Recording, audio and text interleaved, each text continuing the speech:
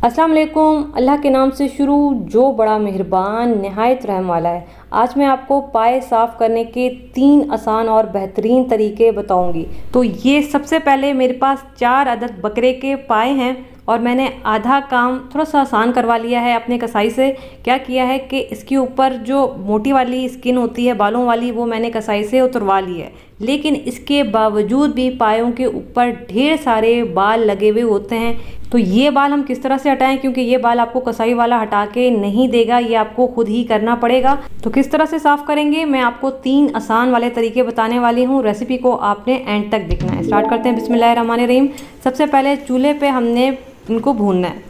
वैसे तो आपको बाज़ार में भी पाए भून के दे देते हैं, लेकिन अगर आप घर में करना चाहते हैं तो घर में भी बहुत आसान तरीका है। चूल्हे के ऊपर आपने पाया रखना है और इस तरह से पाए को उलटते पुलटते हुए आपने हर तरफ से भून लेना है। देखिए पाया गीला होता है, इस पे बाल सारे चिपके हुए होते हैं, तो वो बाल हटाना थोड़ा सा मुश्किल हो जाता है। तो अगर आप इस तरह से पाए को भून लेते हैं तो ये हल्का सा ड्राई हो जाएगा। इसके बाल जो हैं इस तरह भूनने से जल भी जाएंगे और जितने भी बाल लगे हैं वो सारे बाल ड्राई हो जाएंगे और फिर ये बहुत इजीली साफ़ हो जाते हैं।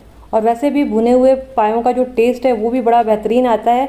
आप इसी तरीके से बड़े के पाए भी भून सकते हैं। मैं जैसे मटन का पाया भून रही हूँ, आप सेम इसी तरीके को फॉलो करते हुए आप बीफ का पाया भी भून सकते हैं और उसके बाल इसी तरीके से आप रिमूव कर सकते हैं। ठीक है, ये देखें अब ये सारे बाल इसके जल चुके हैं।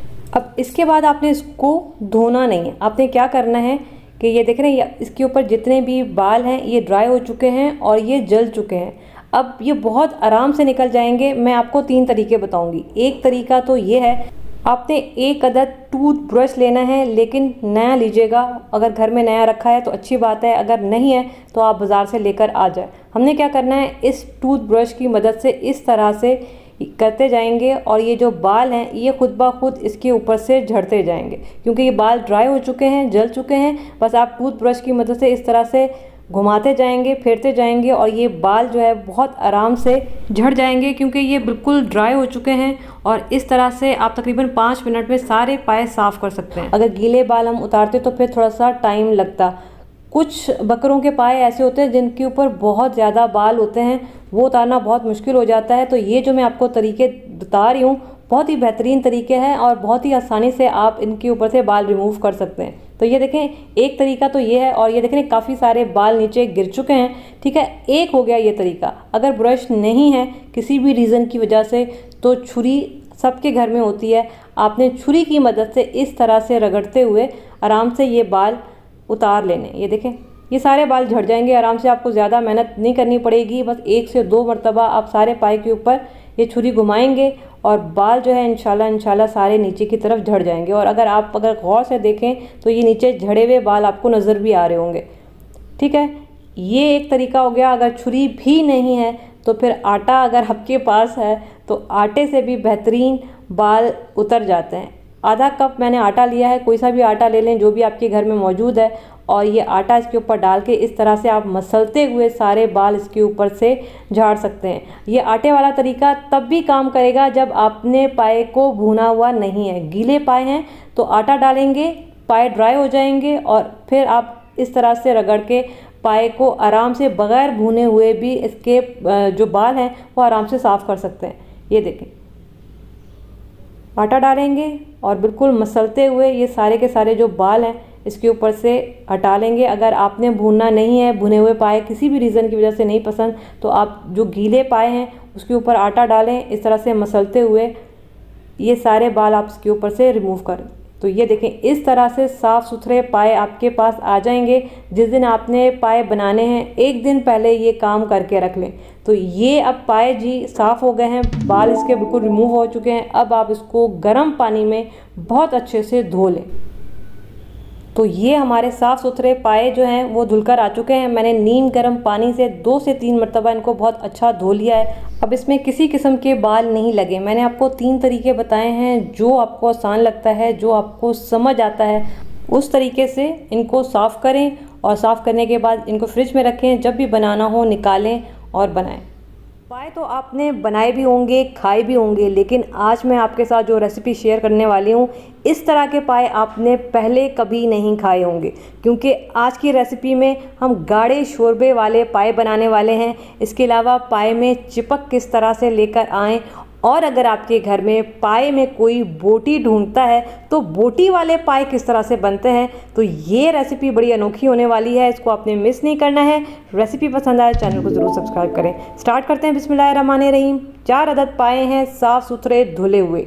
ठीक है, सबसे पहले हम तैयार करेंगे पाए की यखनी, और इसके लिए मैं तकरीबन 2 लीटर लूँगी पानी का। मैं एक साथ ज़्यादा पानी ले रही हूँ ताकि पानी बीच में कम ना हो। इसके बाद हम इसमें डालेंगे पाए। ये भुने हुए पाए हैं और इनको मैंने बहुत अच्छे से धो के साफ़ कर लिया है। अब बात आ जाती है पाए महकते हुए कैसे बने, खुशबूदार कैसे बने। इसके लिए ये सीक्रेट इंग्रेडिएंट है 1 टेबल स्पून सौंफ। इसके अलावा इसमें जाएगी 2 बड़ी इलायची, 6 लौंग है, 7 से 8 काली मिर्चें हैं साबित वाली। ठीक है, ये साबित मसाले जाएंगे। 2 अदद तेज़ पत्ते लिए हैं जिनको मैंने तोड़ लिया है। अदरक का 1.5 इंच का टुकड़ा है, 2 हिस्सों में काट लिया है। इसके अलावा 3 जवे लहसुन के हैं जिनको मैंने मोटा मोटा काट लिया है। 2 दालचीनी के छोटे टुकड़े हैं। अब आंच को हम तेज़ कर देंगे, इसमें बॉयल आने देंगे। देखिए, इसमें जो हमने सौंफ का इस्तेमाल किया है ना, जो पाए में हल्की सी हीक होती है, इसको बहुत ही बेहतरीन खुशबूदार बनाएगा ये सौंफ इसमें। अब देखिए, इसमें आ गया है बॉयल और अभी से इसमें खुशबुएं आना स्टार्ट हुई हैं। तो सोचें जब ये पक जाएंगे तो फिर कितनी खुशबुएं आने वाली हैं। ठीक है, अब यहाँ पे आंच को हल्का कर देंगे, इसको कवर कर देंगे और पकने देंगे जब तक पाए गल नहीं जाते। 4 से 4.5 घंटे का टाइम लगेगा। हो सकता है कि आपका कम टाइम लगे, लेकिन हम इसको आराम से हल्की आंच पे पकने देते हैं जब तक पाए तैयार हो रहे हैं। यहाँ पे हम इसका मसाला तैयार करेंगे, वो भी अलग अंदाज का। 1/2 कप ऑयल डालेंगे, तकरीबन 3 मीडियम साइज़ की प्याज डालेंगे। प्याज ज़्यादा नहीं डालें वरना पाए में हल्की सी मिठास आ जाती है। अब यहाँ पे प्याज को इतना फ्राई करेंगे कि प्याज पे गोल्डन ब्राउन कलर आ जाए। प्याज को फ्राई करते वक्त हमेशा चम्मच चलाते हुए फ्राई किया करें, इस तरह से सारे प्याज पे एक जैसा कलर आता है। तो देखें, प्याज अच्छी ब्राउन हो चुकी है। अब इस पाए को जो मुनफरिद चीज़ बनाती है वो है मटन। हम इसमें आधा किलो मटन का यूज़ करेंगे, क्योंकि मैं जब भी घर में पाए बनाती हूँ उसमें मटन डालती हूँ। एक तो इसका टेस्ट और अच्छा हो जाता है, और दूसरा अगर पाए में किसी को हल्की फुल्की बोटी चाहिए तो वो भी मिल जाएगी। इसके अलावा इसमें ताज़ा कुटा हुआ लहसुन अदरक जाएगा, 2 बड़ी इलायची जाएगी, 1 छोटा टुकड़ा दालचीनी का जाएगा, 3 लौंग है, 4 से 5 इसमें साबित काली मिर्चें जाएंगी। ये सारे मसाले मैं स्क्रीन पे भी लिख दूंगी।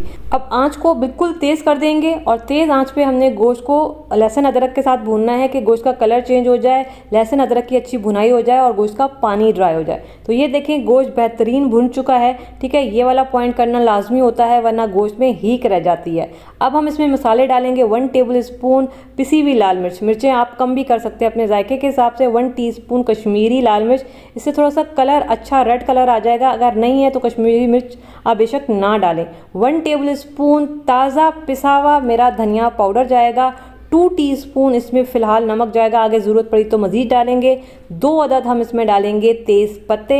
इसके अलावा इसको खुशबू देने के लिए हम कसूरी मेथी डालेंगे 1 टीस्पून, थोड़ा सा हाथ से क्रश करके डालेंगे। 1 टीस्पून इसमें जाएगी हल्दी, और 2 टीस्पून इसमें डालेंगे ज़ीरा, ताज़ा पिसा हुआ ज़ीरा डालेंगे, और आधा कप हम इसमें डालेंगे दही। इसमें हमने सारे ताज़े मसाले डाले हैं जो कुछ दिनों पहले ही हमने बकरा ईद के लिए पीस के रखे थे। अब आँच को करेंगे तेज़, यहाँ पे करेंगे भुनाई ताकि सारे मसालों का फ्लेवर निकल कर आए और खुशबू निकल कर आए। ठीक है, इस दही के पानी को ड्राई करेंगे, थोड़ा सा मज़ीद पानी डाल के इसको और भूनेंगे। तकरीबन 2 से 3 मिनट तेज़ आंच पे हमने भूनना है ताकि सारे मसाले अच्छे बेहतरीन भुने और इनकी खुशबू निकल कर आए। तो ये देखें, बेहतरीन खुशबुएँ अब आ रही हैं, क्योंकि मसाले ताज़े हैं, भुनाई अच्छी हुई है, तो फिर खुशबू क्यों नहीं आएगी। अब हम इसमें डालेंगे 2 ग्लास पानी के। ठीक है, कोई सा भी ग्लास जो भी आपके घर में पानी के लिए यूज़ होता है पीने के लिए, उसके 2 ग्लास हमने पानी के डालने हैं। इसमें आ चुका है अच्छा सा बॉयल। इसको कवर करके हल्की आंच पे हम गोश्त को गलने देंगे। तकरीबन 40 से 45 मिनट लगेंगे इसको गलने के लिए। अब ये देखें जी, गोश्त को पकते हुए तकरीबन 45 मिनट हो चुके हैं और टाइमिंग आगे पीछे हो सकते हैं क्योंकि गोश्त पर है, कभी थोड़ा सा ज़्यादा टाइम लग जाता है, कभी जल्दी गल जाता है। तो देख लीजिएगा कि आप लोगों का गोश्त कितनी देर में गलता है। मैं यहाँ पे आपको गोश्त दिखा देती हूँ। बेहतरीन हमारा मटन जो है गल चुका है और इस वक्त ज़बरदस्त खुशबुएँ आ रही हैं इन सारे मसालों की। दूसरी तरफ जो हमने पाए पकने के लिए रख दिए थे, इसको तकरीबन 4.5 घंटे हो चुके हैं पकते हुए और यहाँ पे मैं आपको दिखा देती हूँ कि बेहतरीन गल चुके हैं।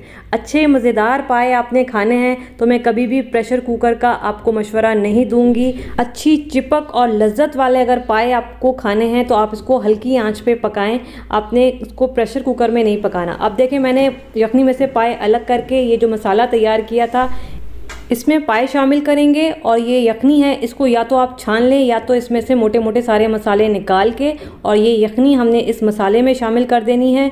और ये देखें जी, क्या ही बेहतरीन हमारे पाए जो हैं ये तैयार हो चुके हैं। अब हमने इसको गाढ़ा कैसे बनाना है, ये मेरा तरीका है, ठीक है। मैं इसको गाढ़ा रखती हूँ ताकि आराम से इसको रोटी के साथ खाया जा सके।